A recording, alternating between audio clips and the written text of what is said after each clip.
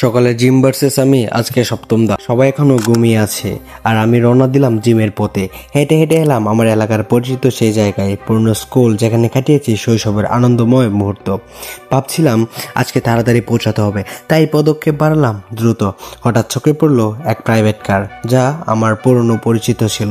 সেও যাচ্ছিল ঈশ্বরগঞ্জের দিকে। প্রতিদিন তো অটোতেই যাই, আজ ভাবলাম প্রাইভেট কার দিয়ে যাওয়া যাক, একটু ভিন্ন রকম মজা এবং আনন্দ নেওয়া যাবে আর আমার তাড়াতাড়ি হবে। মনের মধ্যে হাসি আর এক্সাইটমেন্ট নিয়ে চলে গেলাম ঈশ্বরগঞ্জ। ভাবা, এত তাড়াতাড়ি চলে আসলাম। চোখে পড়লো আমার সেই গন্তব্য, 3 তলায় জিম। জিমে ঢুকতেই দেখি আজ এখনও জিম খোলা হয় নাই। মেজাজটা দেখি একদম খারাপ হয়ে গেল। কয়েক মিনিট দাঁড়িয়ে থাকার পরে দেখলাম জিমের মামা এসে জিমের দরজাটা ওপেন করলো। অবশেষে নিঃশ্বাস ফেলতে পারলাম।